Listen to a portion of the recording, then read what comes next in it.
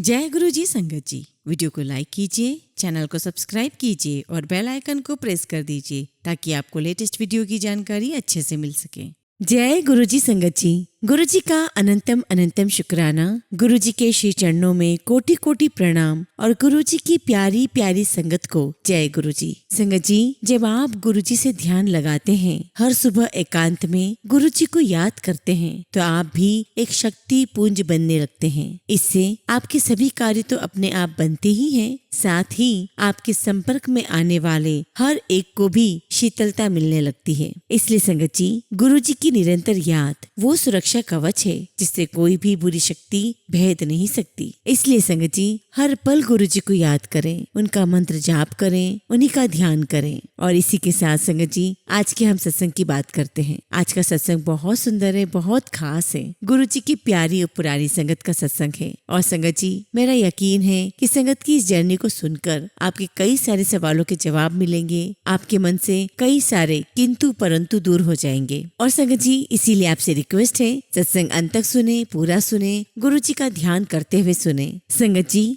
अगर आप भी अपना सत्संग शेयर करना चाहते हैं तो सुंदर लिखावट में हिंदी में ईमेल आईडी और व्हाट्सएप पर शेयर कर सकते हैं। और अगर आप चाहें तो ईमेल आईडी और व्हाट्सएप पे टाइप भी कर सकते हैं। तो चलिए संगत जी, सत्संग शुरू करते हैं। संगत जी, आज हम जिनका सत्संग सुनने जा रहे हैं वो गुरु जी की प्यारी और पुरानी संगत पांडे अंकल का सत्संग है। जय गुरु जी, शुक्राना गुरु जी। गुरु जी की संगत को कोटि कोटि प्रणाम। संगत जी, गुरु जी का लख लख शुक्राना जो उन्होंने मुझे ये मौका दिया कि मैं आप सभी के साथ अपना सत्संग शेयर कर सकूं। हम गुरु जी महाराज के बहुत बहुत आभारी हैं कि उन्होंने हमें अपनी शरण में लिया, उस दिव्य तत्व को हमें छूने दिया, उस दिव्य तत्व के निकट आने का हमें मौका दिया, उस दिव्य तत्व को सुनने का, देखने का, छूने का, उसका साक्षात्कार करने का मौका दिया। इसके लिए मैं गुरुजी महाराज का लख लख शुक्राना करता हूँ। संगत जी, गुरुजी महाराज के साथ मेरा जुड़ाव 1995-96 में मेरे मामा जी थे कर्नल जोशी अंकल, उनके माध्यम से हुआ।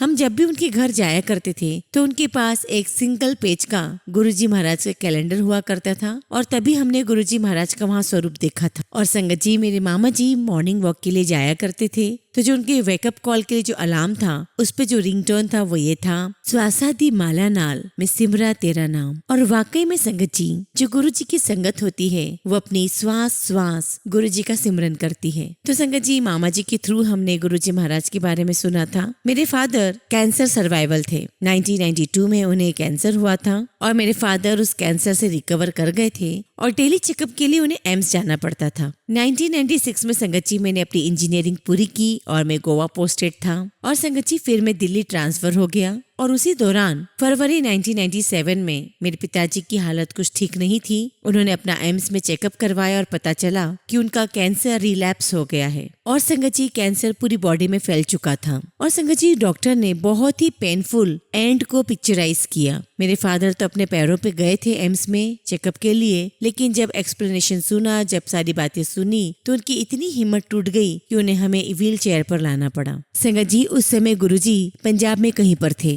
गुरुजी ने उनसे बातें की और सब कुछ बताया तो गुरुजी ने कहा कि हाँ, समय तो आ गया है लेकिन जो अंत होगा वो पेनफुल नहीं होगा। और गुरुजी ने कोई उपाय बताए जिसमें 4 का अंक यानी कि 4 डिजिट आया करती थी। और संगत जी, हमने वो सारे उपाय किए और 1 हफ्ते के बाद मेरे पिताजी एकदम पीसफुली शांत हो गए। तो इस प्रकार से संगत जी, हम गुरुजी से तो जुड़े, लेकिन ये जुड़ने का कोई आइडियल तरीका नहीं था कि हम अपनी किसी मांग को लेकर या अपनी किसी प्रार्थना को लेकर गुरुजी के पास जाएं। अब संगत जी, जब पापा की डेथ हुई तब तक मेरा दिल्ली ट्रांसफर हो चुका था और तब तक मैंने अपना कोई घर नहीं लिया था और मैं अपने मामा जी के घर ही रुका हुआ था। संगत जी, बेसिकली हम लोग जयपुर से हैं और जितने भी पापा के रिचुअल्स हुए हैं 12-13 दिन का वो हमने जयपुर में फिनिश किया। और वो फिनिश करके जब मैं दिल्ली आया तो दिल्ली में आने के बाद मेरी एक्चुअली टूरिंग जॉब है तो मुझे चंडीगढ़ जाना था। तो मामा जी ने मुझे कहा कि जाने से पहले गुरुजी से मिलकर जाओ और जब तुम गुरुजी से मिलने जाओगे और गुरुजी अगर पूछेंगे कि किद्दा आया तो कह देना कर्नल जोशी अंकल का भांजा भांजा हूँ। संगत जी, अप्रैल 1997 का दिन था जब मैं गुरुजी महाराज के दरबार में गया था। और संगत जी, जब गुरुजी दरबार में आए तो मेरा पूरा ध्यान गुरुजी के चेहरे पर था और गुरुजी का चेहरा बहुत चमक रहा था, दमक रहा था, बहुत तेज था उनके चेहरे पर। और जैसा कि सभी संगत कर रहे थे,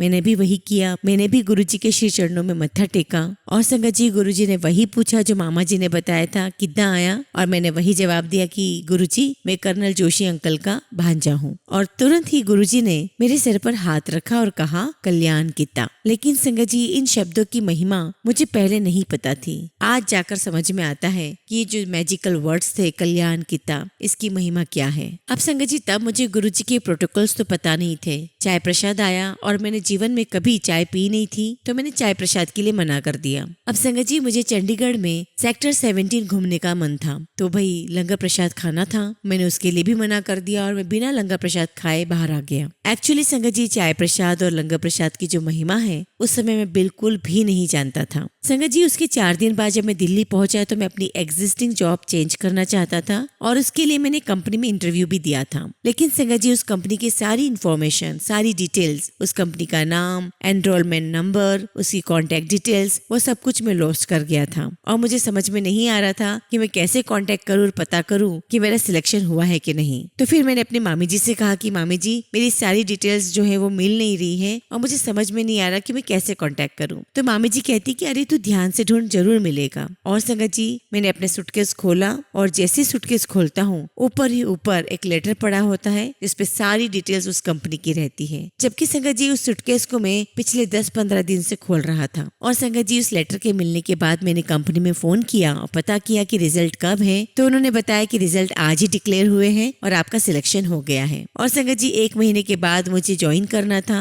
और मेरी एग्जिस्टिंग कंपनी में संगत जी 1 महीने का नोटिस पीरियड ही था। तो संगत जी, एक तरीके से मैं कह सकता हूँ कि गुरुजी का मेरे ऊपर इंस्टेंट कल्याण था, इंस्टेंट कृपा थी। और संगत जी, उसके 2 साल तक मैं दिल्ली आता जाता रहा और तब मैं मामा के यहीं रुकता था और मेरे मामा, उनके परिवार वाले सभी गुरुजी के दरबार में छोटे मंदिर में जाया करते थे। और संगत जी, देखिए मेरी बुद्धि, मैं कोई ना कोई बहाना बना करके मंदिर नहीं जाता था, पीछे रह जाता था। और संगत जी, ऐसे बहुत कम इंस्टेंसेस रहे होंगे कि मैं गुरुजी के छोटे मंदिर गया और ऐसा लगभग 2 साल तक चलता रहा। और संगत जी, उसके बाद मेरी सिस्टर की काफी तबीयत खराब हुई और वो डिप्रेशन में भी आ गई। फिर मेरे मामा के थ्रू हमने मेरी सिस्टर को दिखाया, गुरुजी ने उस पर कल्याण किया। अब चूंकि संगत जी, गुरुजी महाराज ने मेरी सिस्टर का कल्याण किया था, तो मेरी मदर और मेरी सिस्टर की आस्था गुरुजी में बन गई थी। अब फादर की डेथ के बाद मुझे मेरी सिस्टर की शादी करनी थी और घर में यही चर्चा चला करती थी कि बस शादी करनी है। और ऐसे एक बार मेरी सिस्टर, मेरी मम्मी दिल्ली गए हुए थे, मामा जी के यहाँ थे और मम्मी और दीदी मामा जी के साथ लगभग डेली ही गुरुजी महाराज के दर्शन करने जाया करती थी। उसी दौरान बॉम्बे से एक फोन आता है और कहते हैं कि हमें आपकी बेटी की जन्म पत्रिका मिली है, बायोडेटा मिला है, बताइए आगे कैसे क्या करना है। और संगत जी, हमने लड़के की बायोडेटा और फोटो मंगवाई और हमने वो सब कुछ गुरुजी के पास भेज दिया और गुरुजी ने कहा कि चंगा मुंडा है। और इस तरीके से सिस्टर की शादी फिक्स हो गई। उस दिन संगत जी, जब मैं अपने ऑफिस से लेट नाइट वापस आ रहा था और संगत जी, उसी रात को मेरी बाइक से एक कुत्ता टकरा गया और मैं हाईवे पर था। और संगत जी, जैसे ही कुत्ता टकराया, मेरी स्पीड बहुत तेज थी और निश्चित ही मुझे गिर जाना था और पीछे मेरी गाड़ी से सटा हुआ एक ट्रक आ रहा था। और संगत जी, पता नहीं गुरुजी महाराज की क्या कृपा हुई, जैसे ही वो कुत्ता टकराया, मेरी गाड़ी का ऑटोमेटिकली बैलेंस बना और मैं गिरने से बच गया। और संगत जी, चलते चलते एक जीप वाला मेरे पास में आया और कहने लगा कि भाई आज तो आप बाल बाल बचे हो, अगर आप गिर जाते तो पता नहीं क्या होता। संगत जी, जैसा कि मैंने बताया कि मेरी खास कोई ईश्वर में आस्था नहीं थी। पहले भी मैं अपने दोस्तों से मिलने के लिए एक बेकरी पर जाया करता था, तो बीच में रास्ते में एक मंदिर पड़ता था और मैं ऐसे ही सर झुका लिया करता था। तो जब मेरी गाड़ी से वो कुत्ता टकराया और मुझे एहसास हुआ कि ये एक्सीडेंट बहुत बड़ा हो सकता था, मन में आया कि कम से कम मुझे ईश्वर को धन्यवाद तो देना चाहिए। तो रास्ते में वही शिव मंदिर था, मैं मंदिर में रुका और मैंने अपना सिर झुका के धन्यवाद दिया। और संगत जी, जितनी बार भी मैं गुरुजी महाराज के यहाँ गया, उन पूरे टाइम में जो सबसे कॉमन बात थी वो थी गुरुजी की फ्रेग्रेंस। तो संगत जी, जैसे ही उस दिन मैंने मंदिर में सिर झुकाया, मुझे गुरुजी की वही फ्रेग्रेंस आई, वही खुशबू आई। गुरुजी की फ्रेग्रेंस आते ही मेरे दिमाग में 3-4 साल से जो मेरा गुरुजी के यहाँ आना जाना था, वो सब कुछ घटना चक्र एकदम से घूम गया। और मुझे याद आया कि इन 3-4 सालों में मैंने गुरुजी के अस्तित्व को नहीं स्वीकार किया था, या फिर परम शिव, महेश्वर, सर्वशक्तिमान, महाशिव जो मेरे जीवन में प्रवेश कर गए हैं, उस चीज को लेकर मैं बहुत अनजान था। तो संगत जी, ये सारी चीजें खत्म हुई और एक फ्रैक्शंस ऑफ सेकंड में मेरी पूरी बुद्धि पलट गई और मुझे तुरंत एहसास हुआ कि आज मेरी लाइफ में बहुत कुछ बड़ा हो सकता था और मुझे लगा कि शायद मेरी डेथ हो सकती थी। तो मुझे गुरुजी के प्रति जो आस्था जागृत हुई, वहीं से मेरी लाइफ का टर्निंग पॉइंट शुरू हुआ। अब संगत जी, मेरा ट्रांसफर जयपुर से रेवाड़ी हो गया और रेवाड़ी गुड़गांव से लगभग 30-40 किलोमीटर दूर है।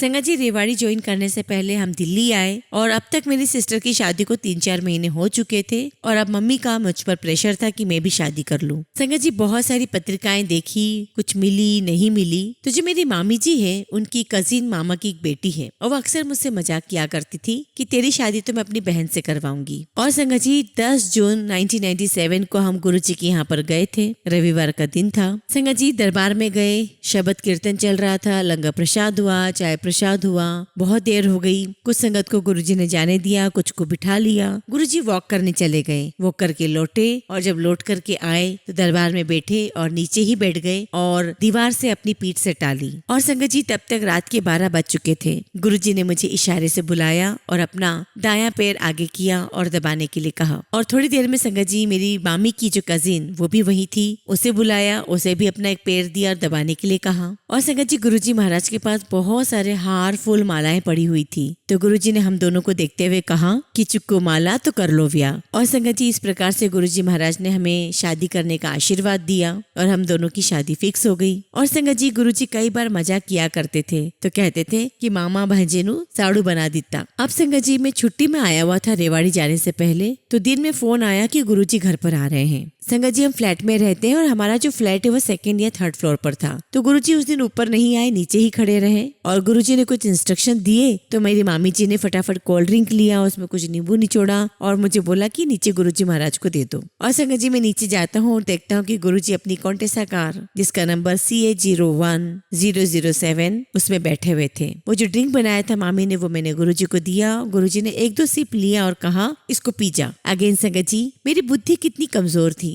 गुरुजी का वो महाप्रसाद जो उन्होंने मुझे दिया, मैंने सोचा कि झूठा हो गया है, मैंने नहीं पिया। फिर गुरुजी ने मुझसे पूछा कि क्या कर रहा है, तो मैंने बोला कुछ नहीं। तो गुरुजी कहते कि चल मेरे साथ। तो मैंने कहा कि ठीक है गुरुजी, मैं रख कर आता हूँ। जब मैं अंदर गए तो मामी जी ने पूछा कि ये पिया नहीं गुरुजी ने? तो मैंने बताया कि नहीं, गुरुजी ने कहा है कि तुम पी लो, पर मैंने तो नहीं पिया है, तो झूठा हो गया है। तो मामी जी ने कहा कि नहीं नहीं, ये तो महाप्रसाद बन गया है। और फिर सभी ने थोड़ा थोड़ा उसमें से लिया प्रसाद के तौर पे। और संगत जी, फिर मैं गुरुजी के साथ छोटे मंदिर चला गया। और संगत जी, उस दिन मैं गुरुजी महाराज के साथ 4-5 घंटे तक उनके कमरे में रहा और गुरुजी ने मुझे बहुत सारी सेवा का मौका भी दिया। और संगत जी, गुरुजी का वो कोमल स्पर्श, वो नरम हाथ पैर मुझे आज भी याद है। उस स्पर्श की अनुभूति मुझे आज भी होती है। अच्छा संगत जी, उस दिन क्या हुआ कि गुरुजी महाराज मुझसे कुछ पूछ रहे थे और कुछ बातों का जवाब वो खुद ही देते जा रहे थे। उन्होंने मुझसे पूछा कि तेरा ट्रांसफर रेवाड़ी हो गया? मैंने कहा हाँ गुरुजी। फिर गुरुजी कहने लगे कि रेवाड़ी से एक सड़क बावल जाती है, तो जब तू रेवाड़ी से बावल जाएगा तब तेरे राइट हैंड साइड पर तेरा प्लांट मिलेगा और जब तू प्लांट में मेन गेट में घुसेगा तो तुझे बहुत सारी बिल्डिंग्स दिखेगी और मेन गेट में घुसते ही राइट हैंड साइड में जो बिल्डिंग होगी वहाँ तेरा फ्लैट होगा ग्राउंड फ्लोर पर और तेरे रूम में घुसते ही बहुत बड़ी खिड़की होगी और खिड़की के बाहर बहुत सारी लताएं होंगी, क्रीपर्स होंगे। और फिर संगत जी शाम को सारी संगत आई, शबद कीर्तन हुआ, हमने लंगर प्रसाद लिया, हमने सत्संग अटेंड किया। मामा जी भी आ चुके थे और मामा जी के साथ में घर चला गया। और संगत जी मेरी छुट्टी खत्म हुई और मैंने रेवाड़ी में ज्वाइन कर लिया। और संगत जी जैसा कि नई जॉब में होता है 2 महीने तक मुझे एक हफ्ते के लिए अलग अलग डिपार्टमेंट में ओरिएंटेशन के लिए दौड़ाया गया, घुमाया गया। और संगत जी तब तक गुरुजी से मेरी क्या बातें हुई थी वो मैं सब कुछ भूल चुका था। और फिर संगत जी एक दिन बॉस ने बुला करके मुझे कहा कि फलाना रूम नंबर है, तुम वहाँ जाके रहो और आज से आप प्लांट के मेंटेनेंस के इंचार्ज हो। और संगत जी जैसे ही मैं उस रूम में गया, उस रूम में बहुत बड़ी खिड़की थी और खिड़की के बाहर जैसे ही मैंने देखा तो मुझे बहुत सारी लताएं नजर आई, क्रीपर्स नजर आए और उन्हें देखते ही मुझे गुरुजी से हुई सारी बातचीत, सारे कन्वर्सेशन मुझे याद आ गया। और संगत जी गुरुजी ने जैसा बोला था ठीक वैसा ही सब कुछ रहा, सब कुछ उसी प्रकार से मुझे मिला। और संगत जी उस दौरान जितने भी समय में वहाँ रहा रेवाड़ी में, पूरे टाइम मेरे दिमाग में गुरुजी ही चलता रहता था और गुरुजी महाराज भी मेरे साथ हर पल साथ रहे। और संगत जी गुरुजी महाराज के दरबार में कोई भी चीज बाय डिफॉल्ट नहीं होती है, बाय चांस नहीं होती है, ये सब कुछ गुरुजी महाराज डिसाइड करते हैं। संगत जी जब मैं रेवाड़ी में था तो मैं हर रोज अपनी माँ से जयपुर में बात किया करता था। एक दिन जब मैंने माँ से बात की तो माँ ने बताया कि गुरुजी महाराज ने मामा जी को हुक्म दिया है कि कोरतुम्बे चाहिए। अब संगत जी कोरतुम्बा एक जंगली फल है जो ड्राई एरियाज में उगता है और संगत जी बेलों पर उगता है और बेलें जो होती है इसकी वो जमीन पर होती है। और संगत जी इसका जो आकार होता है वो नारंगी के समान होता है और इसके ऊपर हरी और पीली धारियां होती है। और संगत जी इसकी तासीर इतनी कड़वी होती है कि इस फल के अंदर का जो सॉफ्ट पार्ट है उसमें अगर जिसका हाथ लग जाता है उसकी जबान भी कड़वी हो जाती है। और संगत जी पुराने जमाने में जो सिद्ध वैद्य हुआ करते थे वो इसका यूज किया करते थे और उसको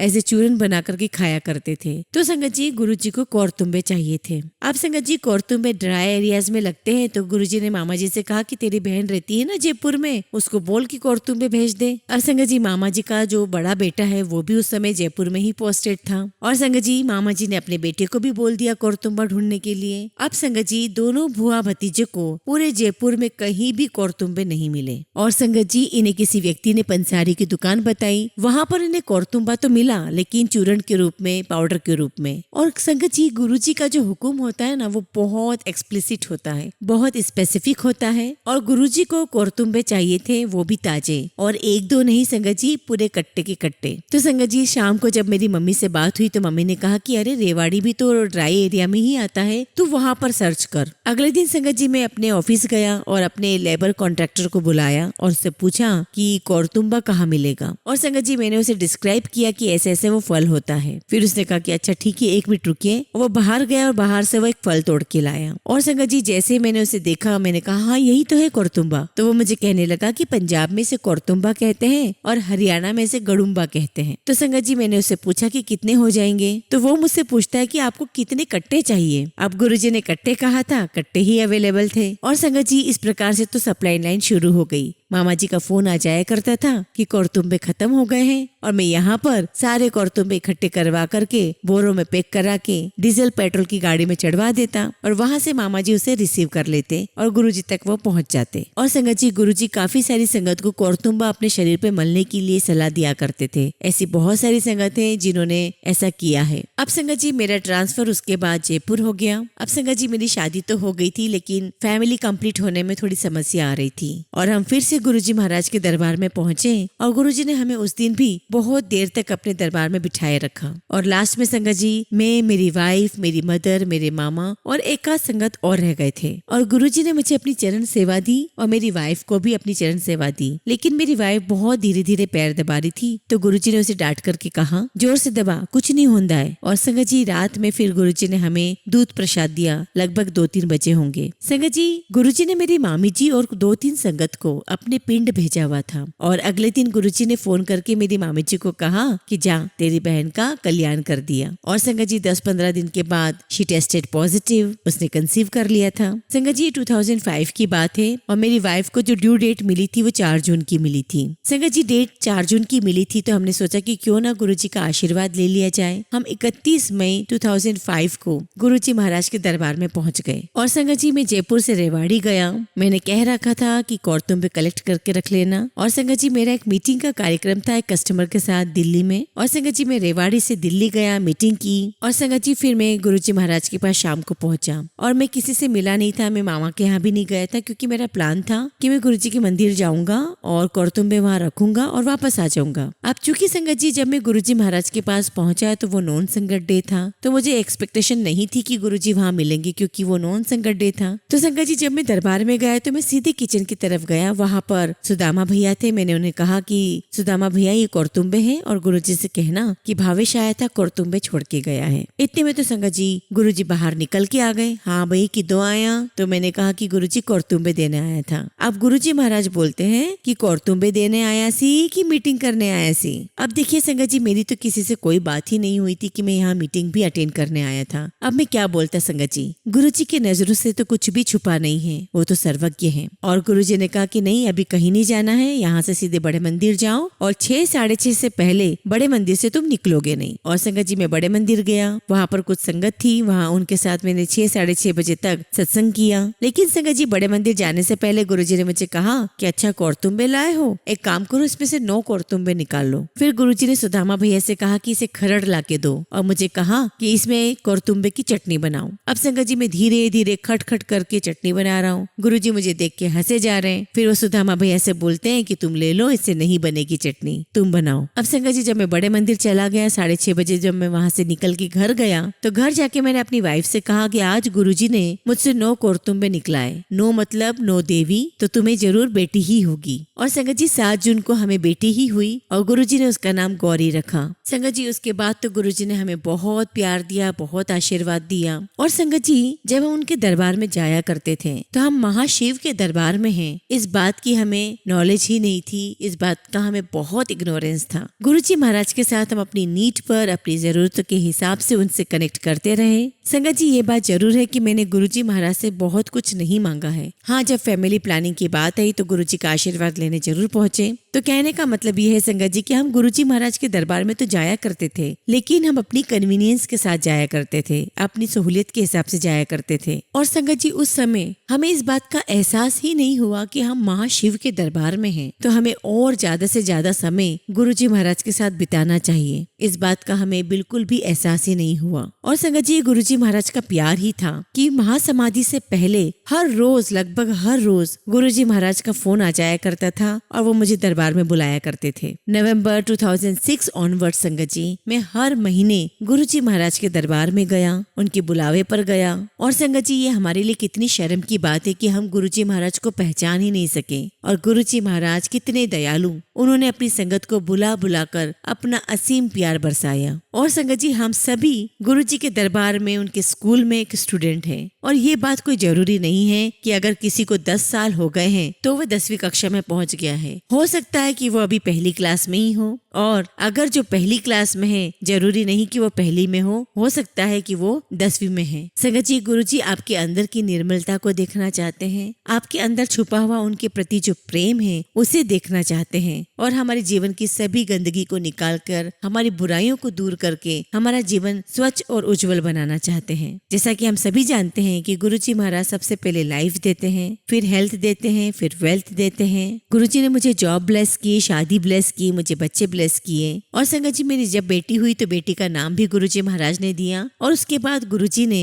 महासमाधि ले ली। अब जैसा कि आपको पता ही है संगत जी, फैमिली में एक प्रेशर होता है, सोशल प्रेशर भी होता है कि एक बच्चा और होना चाहिए। संगत जी वाइफ प्रेग्नेंट तो हो गई, लेकिन मिसकैरेज हो गया। एक दिन संगत जी जन्माष्टमी का दिन था, मैं बैठा हुआ था, मेरी वाइफ थी और मेरी बेटी भी वहाँ बैठी हुई थी, और वो कृष्ण भगवान को झूला झुला रही थी। तो मैंने कहा कि अरे पहले गुरुजी थे तो हमारी बेटी हो गई। तो वाइफ ने बड़े गुस्से से कहा कि गुरुजी थे मतलब क्या है, गुरुजी अभी भी हैं। और उसने कहा कि गुरुजी चाहेंगे तो 1 नहीं 2 देंगे। और संगत जी 6 महीने के बाद मेरी वाइफ दोबारा प्रेग्नेंट होती है, और आप बिलीव करेंगे संगत जी वो ट्विंस को जन्म देती है। और फिर संगत जी गुरुजी ने हमें जुड़वा बेटे दिए। और संगत जी किसी भी प्रकार का जो शंका का बीज मन में था वो हर प्रकार से हट गया। और गुरुजी थे इस फॉर्म में तो हम सोच ही नहीं सकते। गुरुजी हैं, गुरुजी हमारे अंग संग है, और गुरुजी हर संगत को, सारी संगत को देख रहे हैं। लेकिन संगत जी हम सभी अपनी सांसारिक कमियों से पार नहीं पा पाते, लेकिन संगत जी गुरुजी के प्यार से,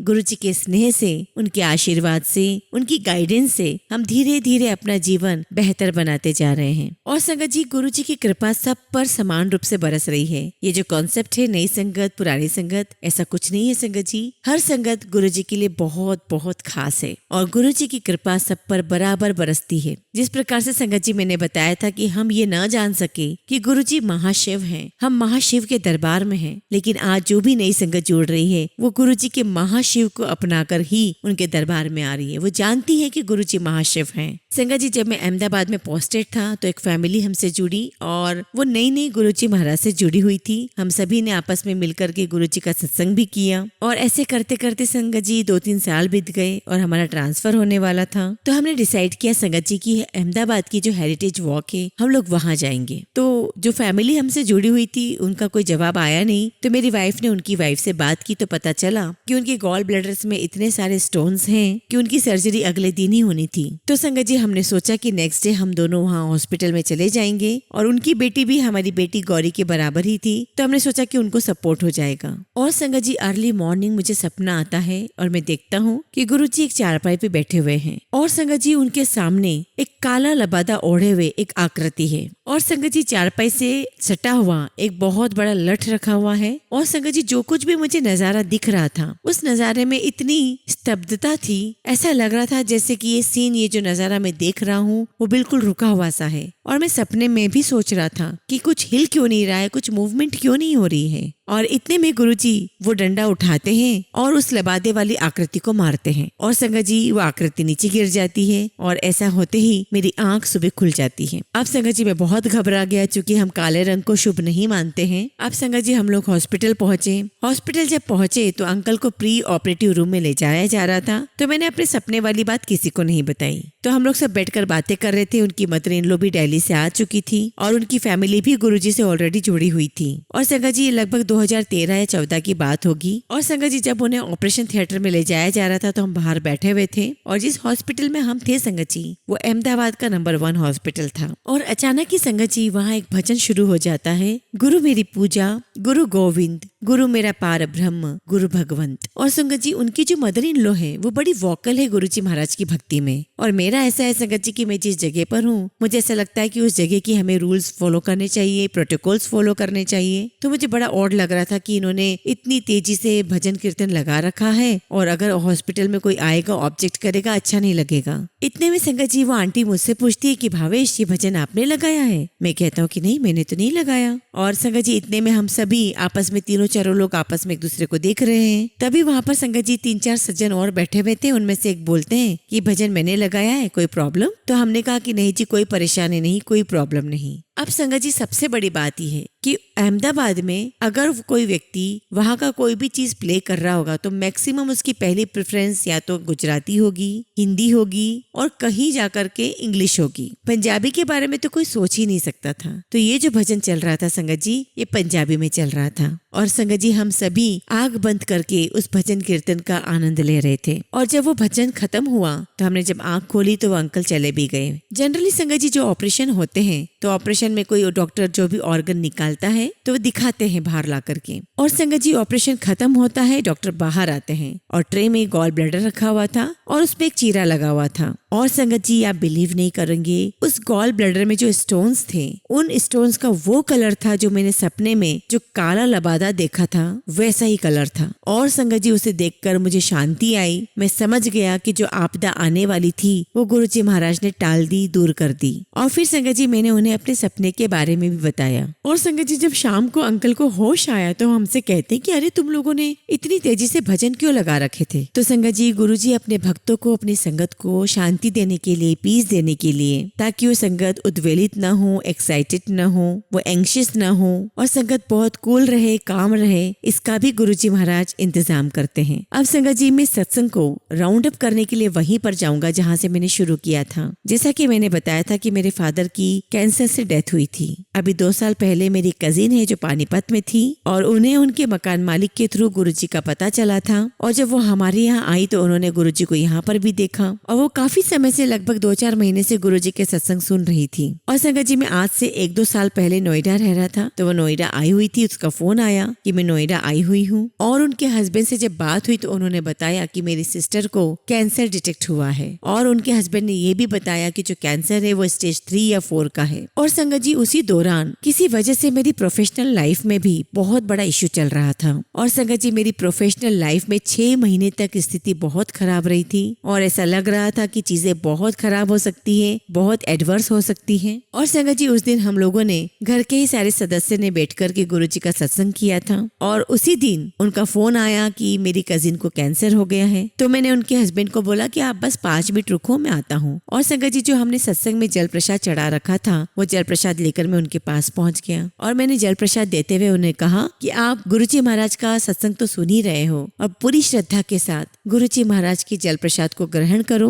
और सब कुछ गुरुजी महाराज पे छोड़ दो, जो भी होगा अच्छा ही होगा। संगत जी वो पानीपत में रहते थे और उन्हें कीमोथेरेपी के लिए दिल्ली शिफ्ट होना था और वो ये देख रहे थे कि वो वसंत कुंज में 40s में शिफ्ट हुए और उन्होंने ये रियलाइज किया कि वो कहीं पर भी रहे उन्हें हॉस्पिटल जाने के लिए 1-1.5 घंटा तो लगना ही था। और इसके अलावा अगर 40 शालीमार बाग में करते हैं तो उन्हें उतने ही समय में वो पानीपत से हॉस्पिटल आ भी सकते थे और वापस जा भी सकते थे और दूसरी बात उन्हें घर का कंफर्ट भी मिल जाता। और उन्होंने डिसाइड किया कि वो ऐसा ही करेंगे और हमें बड़ा अजीब लगा क्योंकि हमें लग रहा था कि कीमोथेरेपी रेडिएशन की बाद जो हालत हो जाती है उसमें इतनी कंडीशंस नहीं बचती है कि इंसान इतना ट्रैवल कर ले, क्योंकि 1-2 कीमोथेरेपी रेडिएशन के बाद ही ऐसी स्थिति हो जाती है। और संगत जी उनकी कीमोथेरेपी लगभग 7 या 8 बार हुई। जितनी भी हुई वो सुबह आती थी और शाम को वापस वहीं जाया करती थी अपने घर पानीपत में। और जो कीमोथेरेपी और रेडिएशन के जो साइड इफेक्ट्स थे उन्हें बिल्कुल भी नहीं हुए, उन्हें एक साइड इफेक्ट्स भी नहीं हुआ। अगेन संगत जी गुरुजी के दरबार में कोई भी चीज बाय डिफॉल्ट नहीं होती है और हर घटनाक्रम पे हर चीज पर गुरुजी का स्टैम्प साफ नजर आता है।